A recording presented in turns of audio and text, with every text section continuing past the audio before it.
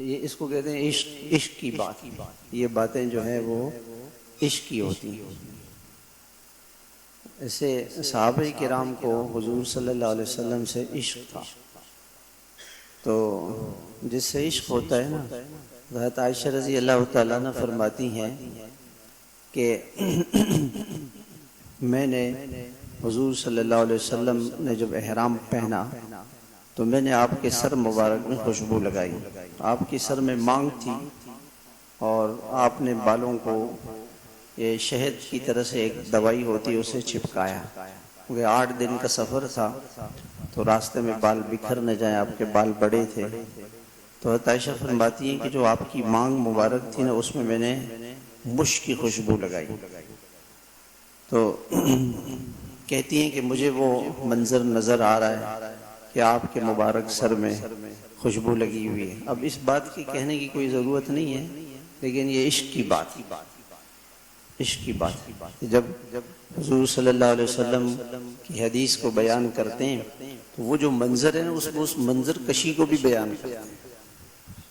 حضرت انس رضی اللہ تعالیٰ عنہ فرماتے ہیں کہ میں نے حضور صلی اللہ علیہ وسلم کے ہاتھ میں چاندی کی انگوٹھی دیکھی. آپ مدینہ منورہ گئے تو آپ نے خطوط لکھے بادشاہوں کو، تو لوگوں نے بتایا کہ خط تو اس وقت قبول ہوتا ہے جب اس پہ مہر. تو آپ نے مہر کے لیے انگوٹھی بنائی. اس انگوٹھی پہ سب سے اوپر اللہ کا نام تھا، پھر رسول، پھر محمد.